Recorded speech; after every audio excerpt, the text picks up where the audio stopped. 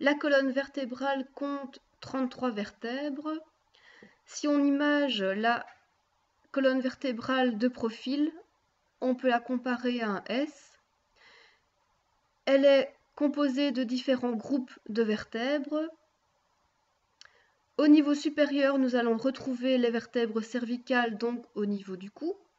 En descendant, nous avons la charnière cervico-thoracique et on va retrouver donc les vertèbres thoraciques. Ensuite, en descendant toujours, nous avons la partie lombaire, donc au niveau du bas du dos. Ensuite, nous retrouvons le sacrum et enfin le coccyx.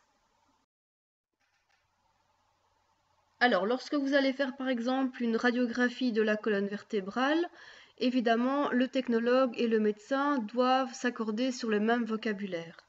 Alors, ce qui se passe, c'est qu'il existe en fait la numérotation des vertèbres, donc d'un médecin à l'autre, il va savoir de quelle vertèbre il s'agit.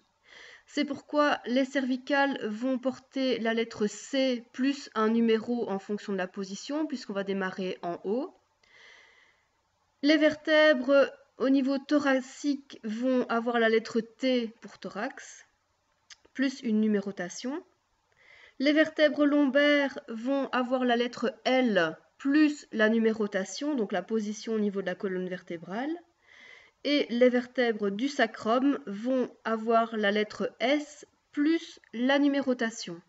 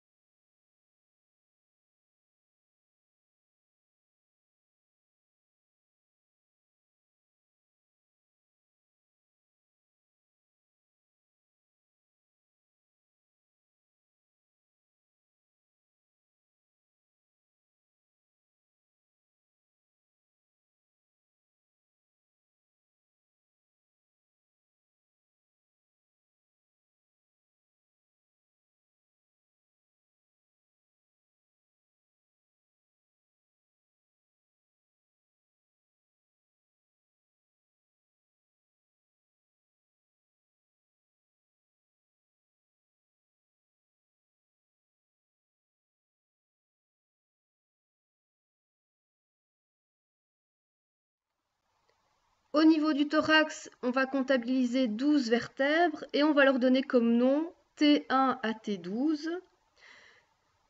Les vertèbres s'articulent avec des côtes. Et ce qu'il faut savoir, c'est que certaines côtes ne sont pas raccordées à T11 et T12, donc au niveau du bas. Et en fait, là, on va parler donc des côtes flottantes.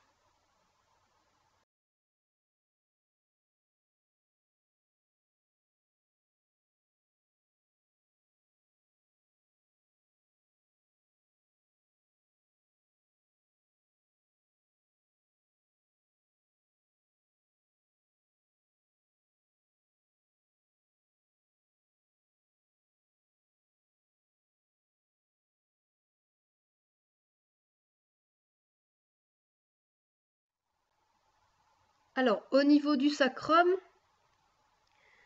on a 5 vertèbres également.